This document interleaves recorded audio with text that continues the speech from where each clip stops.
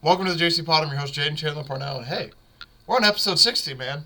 First week without action in sports, really. That wasn't baseball or golf as well. Obviously, there was some soccer, but hey, it was a really fun weekend of sports. It was a fun weekend in general. Hope everyone had a good Father's Day that was celebrating it or got to see family. And yeah, basically today's slate, you're seeing Nelson talking. We go NFL news. Got some stuff I want to talk about Ohtani that is just incredible at this point. And then yeah, we got a little bit of NBA draft to end it. I'm not gonna go too heavy into the NBA draft. Excuse me. I just want to talk about little bits and pieces here and there, but yeah, for the most part, I mainly just want to talk about. We're gonna talk about the NFL. We'll do a little. I'm gonna touch on a little bit of golf. Mainly, yeah. We'll just start now. I'm gonna touch on golf right before I go in. I just want to shout out Wyndham Clark for winning the U.S. Open. I think it was U.S. Open. I don't want to butcher the. Yeah, he won. Wyndham Clark with the score of -10. Won the U.S. Open. I had him. I had Scotty Scheffler. I had a few other golfers as well, but Scotty Scheffler ended up being my main guy. And then, basically, I want to say after hole like 4 or 5, I could sense that Scheffler was fading a little bit, so I took Clark, and he was only like plus 120 or whatever. But shout out to him winning the U.S. Open. Really, really awesome. We might be seeing this dude's on a climb right now. He's starting. I think he went from like 60 to 35 to now he's in like 13. If he wins another event, I mean, we're gonna see a top 10. We're seeing a pretty dominant run by him. So just shout out him, man. He's having a really, really awesome run right now, and they just finally got it with a huge, huge tournament win that he got a bag for. I'm pretty sure it was like a $3 million purse for that. So he got some money. But yeah, other than that, really fun weekend of golf. Personally, went golfing myself, shot the best I've ever shot. Man, it's basically just that time of season now. Basically, me and the boys going golfing every Saturday, and then I'm just waiting for that football season to come because man, I'm juiced, truly juiced. So yeah, speaking of, we're gonna hop right into the NFL news. Dalvin Cook wants to team up with DeAndre Hopkins. That's something he says it was epic for the NFL. I don't see that's gonna happen. Somewhere that would be one of the places that was rumored that potentially could happen was the Patriots. And this is not by anybody saying anything. This is just stuff I've seen from like comments about people. People are saying like Patriots. Let's see, Miami Dolphins are another one that's been named. Buffalo Bills. Like these are just names that are being thrown out there. These aren't by any like sources. These aren't by any big sources. These are just by people on the internet. Just like, hey, I have a feeling that he might maybe go here, or hey, I have a feeling that he might try to go here. So basically, just stuff like that. But yeah, I truly don't know. It's to the point I'm probably gonna do a story on. I might do it. I probably should do it this Thursday, shouldn't I?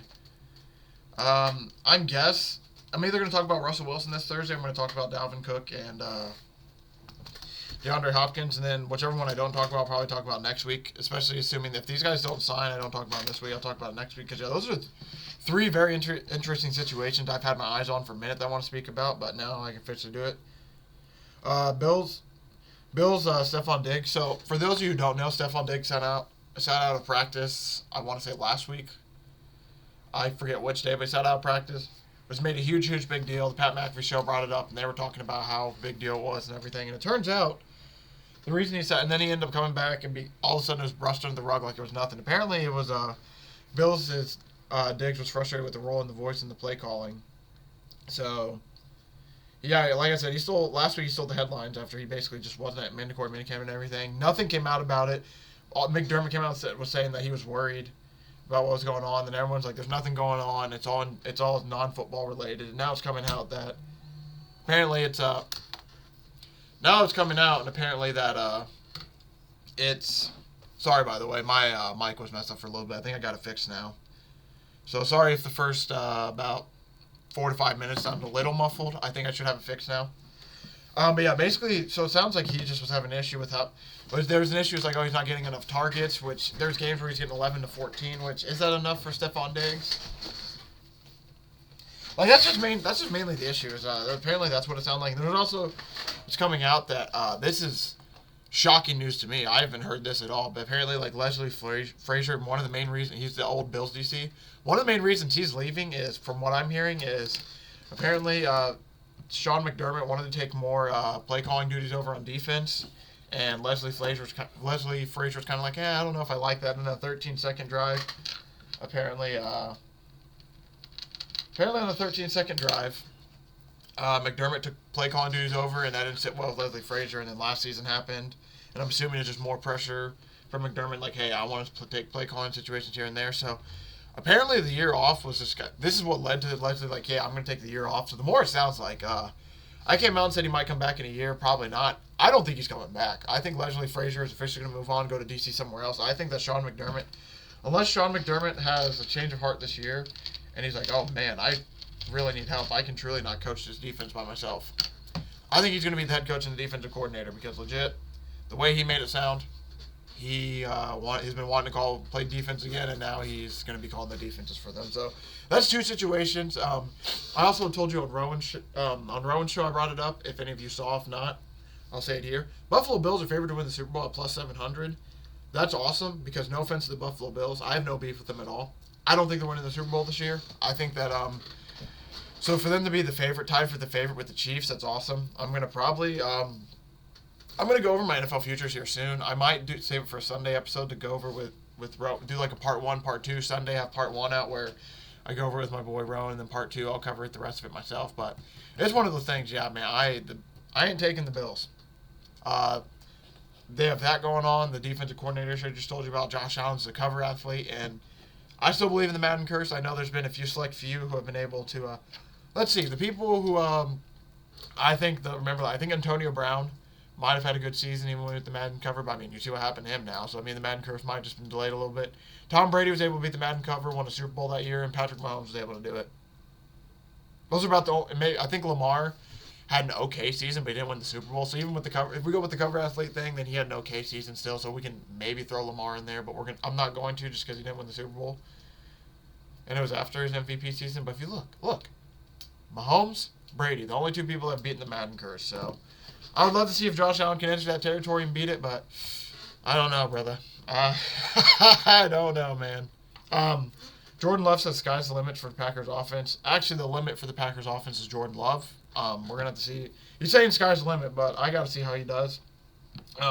He says they got playmakers on this offense. They definitely do. It's not the worst offense in the world, but I think Aaron Rodgers definitely elevated a lot of people on that squad. So I'm interested to see, just like with him gone, like, is there a different feeling in the locker room? Do the boys more juiced? Are the boys willing to? Are they playing a little bit harder now because they know it's not like. I'm just interested in that. I'm interested to see how the boys do in the locker room because, like you said, the sky's the limit. I think the Packers are gonna have a little bit of a slip up this year. I just don't know how Jordan. I mean, they only won so many games last year and they just missed out in the playoffs. So it's like, I don't know, man. I truly don't know. I don't think they're going to be as good as they were last year, and I truly think they kind of messed up just ending with Aaron Rodgers the way they did, but we'll just have to see. Panthers, Brian Burns said that Bryce Young has humble, but... Oh, okay, here we go. Sorry, I was reading weird. They said Bryce Young... So this is how Brian Burns, he says Young has humble, but I know I'm the shit swag. So that's something pretty awesome to have if that's truly the case, because... If there's a guy, because one of the biggest things is to be able to take yourself not too serious in situations and be able to know it's almost like know your role. Like if you're able to go into somewhere and understand, like, okay, yeah, this is what I'm supposed to be doing, this is how it's supposed to go. Like, yeah, that's really something that's really, really good. He says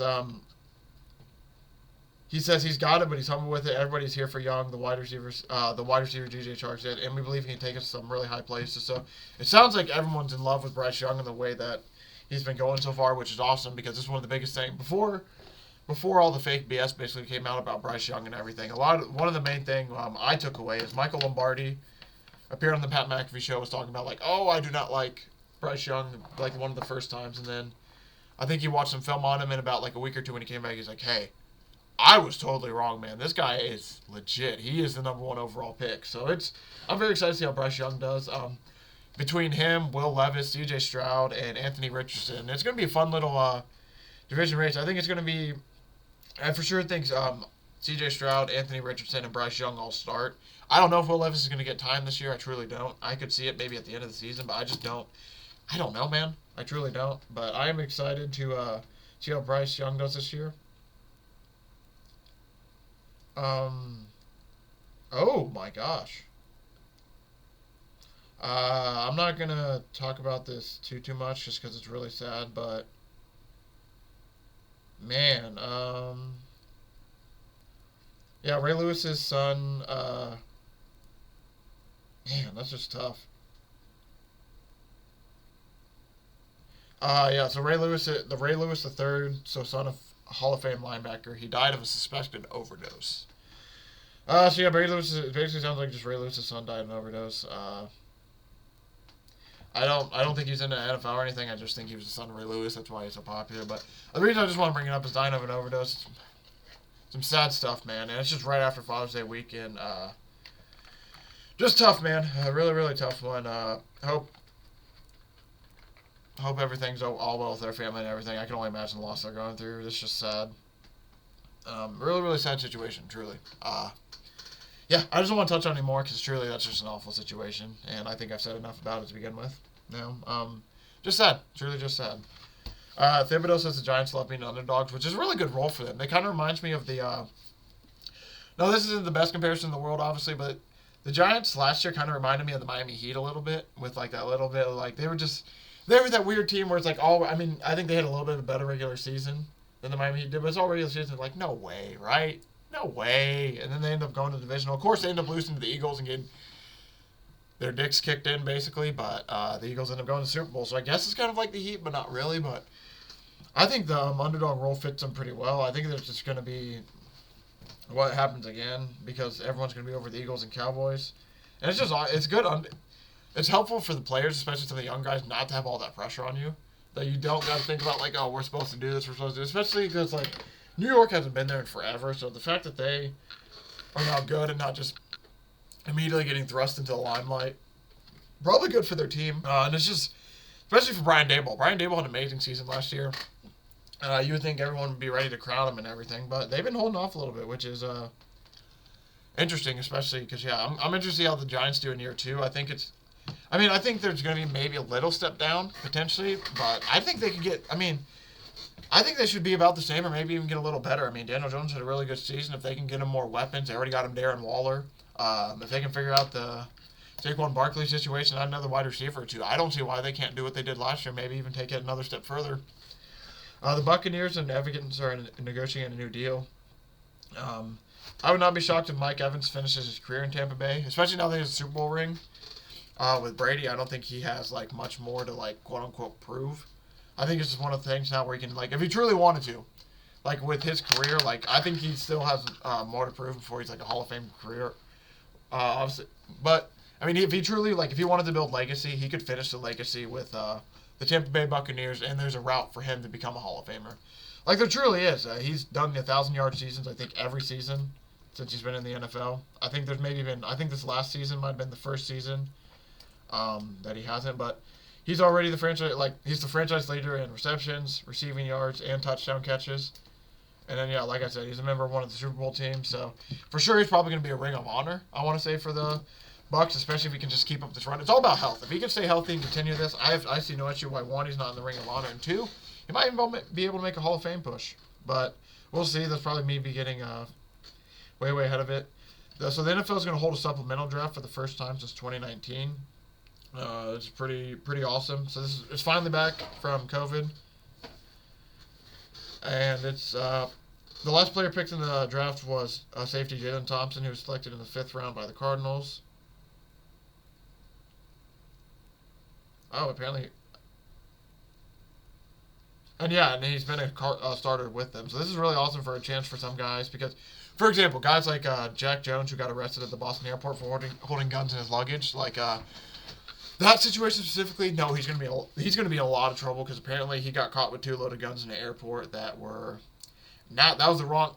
There's like 5 airports you don't want to get caught with the situation he did because there's really bad punishments and he did. So it's gonna be a tough look for him.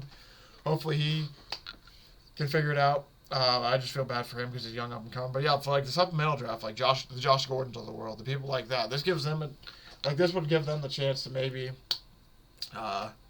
get a second chance after all the issues they've had and everything. So I love it. I'm interested to see how it does, obviously, because I mean, first off, you're already drafting 7 rounds in the NFL anyway, and only a certain amount of guys make it. So it's basically just giving other guys a chance if they just slipped a little bit. Sean McVay said Cam Akers is going to be the central piece of this offense. That's another thing I want to talk about. Is the Cam Akers situation from before. So I was just writing down to remind myself because holy hell, you want to talk about a weird situation last year. Cam Akers went from they wanted to get him the hell out of the building, like, hey, quit giving this guy's carries, get him out of here. We don't want him. We don't need him. So by the end of the season, he was their number 1 back, and they were giving him all these carries, and they were doing all of the they were just doing all that, and it's just like, what is going on? Like, that was a really, for the Rams having a really weird year, the way they handled the whole Cam Akers thing was really, really weird. It just makes me wonder. I just don't know what the Rams are going to be. I just truly, the Rams also, so it sounds like the running back room is Kyron Williams from Notre Dame from like a year or two ago, Zach Evans, and Cam Akers. So, I mean, I think it's definitely going to be a little committee. I think it's going to be Akers I think it's Akers probably going to lead the way. I think he's truly right about this, and then Kyron Williams is going to be the 2, but I just don't know what they're going to do this year. They are not very good. And by them, I mean the Rams. But they were also hurt last year really bad. I'm interested to see maybe Matt Stafford coming back will help them. Maybe Cooper Kupp being fully healthy, that will help them as well. We're just going to have to see, man, truly. Steelers Highsmith said we can be the best defense in the NFL. I have truly no doubts about that. The Steelers defense is always scary and everything. Especially all you need is a healthy TJ Watt, and that already makes their defense scary enough. But with how good their pass rushers have been last year, I mean, yeah, the 7 years without TJ Rush. Without T.J. Watt last year, they went 1-6, man. I mean, they played booty cheeks without him on defense. And I mean, hopefully this year Kenny Pickett's allowed to have hot routes, and they don't just run one play on offense like it's high school. I mean, I think my high school even had hot routes, and it was an old I don't even know, man. Like, I think my high school had hot routes. Like, how do they not have hot routes if that's true? By the way, speaking of the remember the thing I said about Pat Who?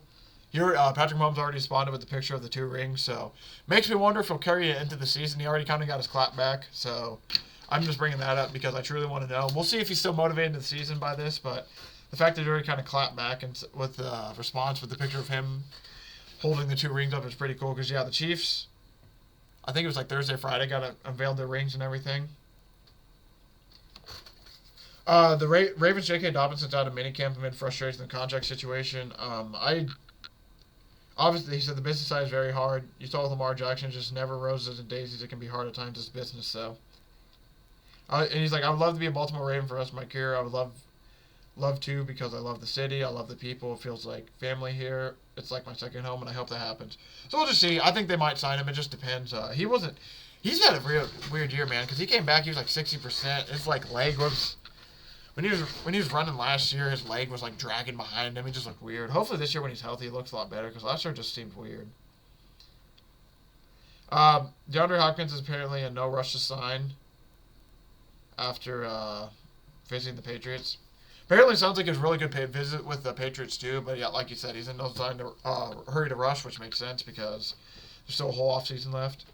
And then the Bears, apparently something I've been hearing is the chemistry between DJ Moore and the Bears. Justin Fields has been developing quickly, but that's another situation. We're going to see how it goes because, I mean, the Colts, there was a stat last year about the Colts and Bears being the 2 teams who were down the most, and the Colts threw it like 23 to 25 times, maybe even 30, with old Matt Ryan, and the Bears threw it like 15. Like, the Bears refused to throw it last year. They're going to have to throw it to be an NFL offense, so I'm interested in the development from that. Chiefs, actually. Oh, it's Chris Jones is expected to be at training camp amid contract talks. That's what that was all about. Pickens' rookie year was a failure on both of us. That's what the wide receiver coach said. I thought he didn't have too bad of a rookie year, honestly. I just think, like I said, the fact, which is crazy because he had he had 800 yards, 52 receptions on 84 targets. I mean, I thought it's not bad, but it's just how the NFL is now. I guess that you need more targets, you need more yards, you need more of this. But I thought he had a really good year for not having hot routes last year. Hopefully, this allows them to do better when they step it up. I think that's about where I'll end it for today. I think that's really like the last thing NFL wise.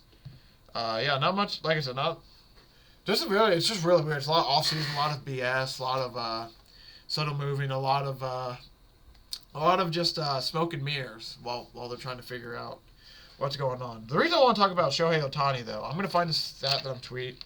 It's going to be like 2 or 3 days old, so it shouldn't be too out of date, especially because he plays on the Los Angeles Angels.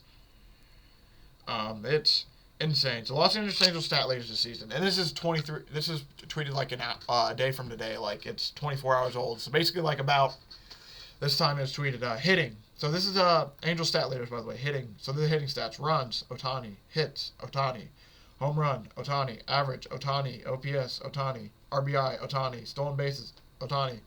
I don't know what RC stands for. Ohtani. And then here's the pitching: ERA, Ohtani; wins, Ohtani; Ks, Ohtani; BAA. I also don't know. Ohtani. He's the clear favorite to win the MVP. He's as of yesterday, he was minus 450 on BetMGM, according to that tweet. I'm about to go check out another book just to give you an idea. But Ohtani is seriously having a special season this year. There's rumors he's going to get traded because, I mean, they weren't going to be able to keep him in the offseason. It is, man, the way this looks, though, for the, this is just rough. I just feel bad. This is rough for the Angels. Hopefully they can do something this year with him, truly, because if not, they're just setting themselves up for something bad. They're in the second place of the wild card, so they're setting up to basically have one season with them doing good and then potentially just letting him walk, which I get. Like, you can't trade Shohei, but you can't let him walk either. They're having a really tough they just have a tough situation going with him right now. Yeah, it's just because, yeah, they've been so bad with him for so long that I just don't think he stays no matter what. And, yeah, player awards, American League MVP Shohei is minus 500. Judge is in second. It's Marcus Semien third. The fact that Wander Franco's on this list, no offense to Wander Franco, I think he's having an alright year, but just the fact he's even on the list, I think that should tell you all about for the MVP. I think it's pretty much, with Judge hurt especially too, I think it's pretty much Ohtani's to lose. I just truly don't see how you can take somebody else right now. Shout out to my boy Rowan. I think he's had the stat on this that he's mentioned on his show. I think it's 2010 was the last time we had somebody win the MVP and Cy Young, and that was Kershaw. I think we're about to see it again because Ohtani's doing some.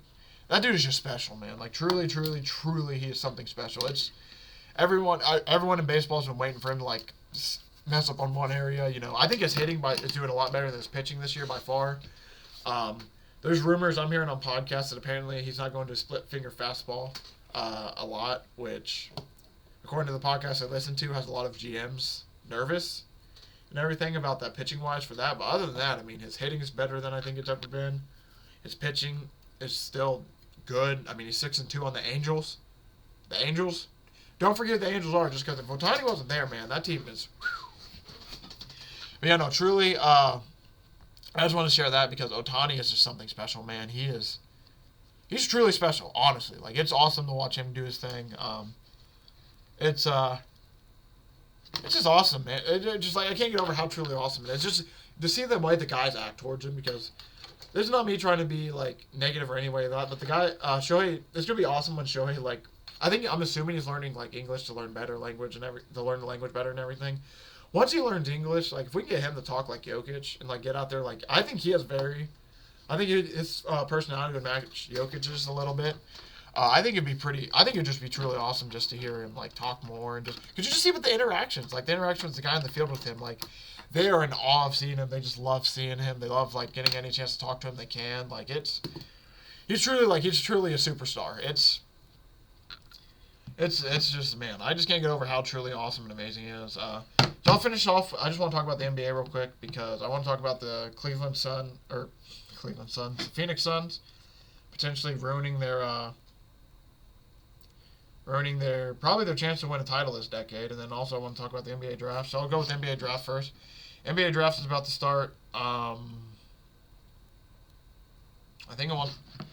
draft is this Thursday, I believe. Wembanyama's probably going to go 1. Scoot's probably the rumor to go 2. Brandon Miller, number 3. And then past that, The NBA draft is wide open. I was talking with my boy Rowan. It feels like the NBA draft is just... I don't know. We were talking about it. It's just like, man, maybe it's just because we're a little bit older and we don't follow the guys as well, and there's more areas to follow the guys now with like the G League, college, overseas, and everything. But this draft class didn't feel too exciting for me. I don't know much about it though, obviously, like I said, so I'm not going to be like sitting here and be like, oh, this draft class sucks and all that, because I truly don't know too much about it. The reason I just want to bring up the NBA draft is because this weekend. Wembanyama's going to go first, and I'm just very interested to see basically just like kind of who gets drafted where, because it's just basically after number 3, it's just a wide open. You want to talk about? It's like basically, it's narrow. It's like basically you're driving with trees all surrounding you, and then the second you hit the ball, basically you just got to drive the ball about 20 yards, and then boom, wide open fields. That's basically going to be the rest of the draft after number 1, 2, and 3. Yeah, I'll end it like I said with the Bradley Beal trade to the Phoenix Suns. I just think, holy hell, man, you want to talk about new owner syndrome? They're in trouble, man. Excuse me. I just don't know how the Phoenix Suns are going to be any good anymore now. The way I see it going is Durant retires in about 2 to 3 years. Is he going to stay on the Suns the whole time? I don't know. We'll see. But just due to the injuries and everything, I just see it max like probably 3 years. Devin Booker's probably going to ask out now because they trade away all their depth, man. They're going to have to trade away Ayton. They're going to have to do the rare trade of trading away a good player for 3 or 4 like okay players just so they can have depth, but they truly need it. I think I saw the stat after the Bradley Beal trade, they have 5 players on their roster. You have to have 15 in the NBA now. NBA rosters, including the two-ways and everything, like you got to have 15 people on that roster. The Suns have 5, and they're paying a shit ton for those 5. Their new owner is going to be, especially with the new CBA. I think the Suns, to put it as politely and as cleanly as I can, the Suns are fucked. Like truly, truly fucked, because unless they can outscore everybody, like truly, I don't know how I don't think their defense is much of any good right now. They're going to ask Kevin Durant to be their primary defender at how old he is, and like, don't get me wrong, he's still Kevin Durant, but this isn't Kevin Durant this ain't 2012, 2014, 2015 Kevin Durant. This is Kevin Durant that's older. Hairline's going along a little bit. He's getting hurt more often. Like, it's just, I was just shocked by this trade for Bradley Beal I get they had to move on for some people, but man, bro, they just, between the Kevin Durant trade and now the Bradley Beal trade, they've just gutted their roster of all the young talent that, for I think about 10 years, they finally just did good on. Because don't get me wrong, they don't have KD, but I thought Bill Simmons said this perfectly. Bill Simmons brought this point up. They don't have KD, but you have Bradley Beal, Devin Booker, Mikal Bridges, Cam Johnson. Like, I almost like that team better than I like this team just because of the depth. Like, seriously, this Suns team is not very deep at all. Like, and there's people saying, like, you put Bradley Beal in this series, they still beat the Nuggets. I don't think they do. I think the Suns got lucky. They even forced 6 games because truly, like, the more I think about the series now, 86. That's how many points Booker and KD scored one game to win them a game. And then the next game, I think they both had like 30 and 30. I think one guy even had 40. Like, it took Herculean performances by those boys to get the Suns to do anything. And it's just truly, like I said, I don't like the Bradley Beal trade at all, honestly, personally, just for me. Just for Suns, I'm not even a Suns fan to begin with. It's just like looking from the outside in, it's like, bro, you guys just traded away all your young talent because Bradley Beal's turning 30. Kevin Durant's already on 30s. They're closer to retirement than they are being younger. And Devin Booker is the only prime superstar, and they don't even have a point guard right now. They need a point guard, or Devin Booker is going to be the point guard. It's just the way that team is built right now. Their new owner is just like getting his hands a little bit on everything. Isaiah Thomas just came out, or Chris Paul came out and said Isaiah Thomas was basically the guy who came out and like made the trade happen. Which, for those of you who don't know, Isaiah Thomas was the guy who was on the Knicks, I think, from the early 2000s. I don't know if it was all the way to 2010, 11-ish, but he was there in the early 2000s when they were buying all the expiring contracts, when they were like not doing much of anything. And yeah, that just scares. If I was a Suns fan, hearing that after what my owner just did and hearing that Isaiah Thomas is right in his ear, I'd be pretty scared because I don't know anything about Isaiah Thomas being a GM. I don't know much, but from the little bit I've heard, the boy's in trouble. And he's not even the GM. I think he's just like an advisor or a friend to the GM, or the owner, excuse me. But man, Them Phoenix Suns are in trouble. But yeah, that's where I'm going to end it for today. Middle of the like I said, it's the middle of the offseason, not much going on. I mean, eventually, I think some of these off-season podcasts, I'm going to get into more story modes too and just relate it. Like, for example, maybe like Thursday after I talk about the D-Hop or Dalvin Cook situation, if I had to talk about that or the Russell Wilson situation, I might talk about like, hey, yeah, this is my plan for golfing this weekend. Like this, I'm going to start getting a little bit more of that, just to make it a little bit more personal. I just want to add a little bit of diversity. Like, don't get me wrong, this is mainly going to be sports, all sports talk and everything, but I wanted to make it a little bit personable, too. I don't want to just be the guy that comes on and just talks about, I'll just read you out stat lines from a sheet and then gets off. I want to make it a little more entertaining, too, maybe. But, yeah, like I said, I'm not going to do that this episode. Because, yeah, if I could, honestly, I could probably go another 10 to 20 minutes about my golf game Saturday and some of the clubs I need to upgrade, losing a club on the golf course, how my friends did, like stuff like that. So I'm going to start doing a little bit more of that here soon, just adding in a little bit more of life stuff into it a little bit, just to make it, just add a little bit more depth to it and everything. But yeah, like I said, thanks everybody for watching. Appreciate it all. So you'll see me Thursday. It's either Thursday, I can tell you right now, more NFL news, a little bit of baseball talk. I'm probably going to have a pod Sunday, so I'm not going to do a lot of baseball talk. And then pretty much it's going to be a story on either Dalvin Cook and D-Hop, where they might end up, or it's going to be a story on Russell Wilson and what I expect to happen for him potentially in this 2023-2024 season. But yeah, like I said, again, thank you everybody for watching. I'll see everybody on Thursday. And hey, let's enjoy these next 2 days, man. We're in the middle of the week. Basically, it's just grind time, baby. Let's get to that weekend.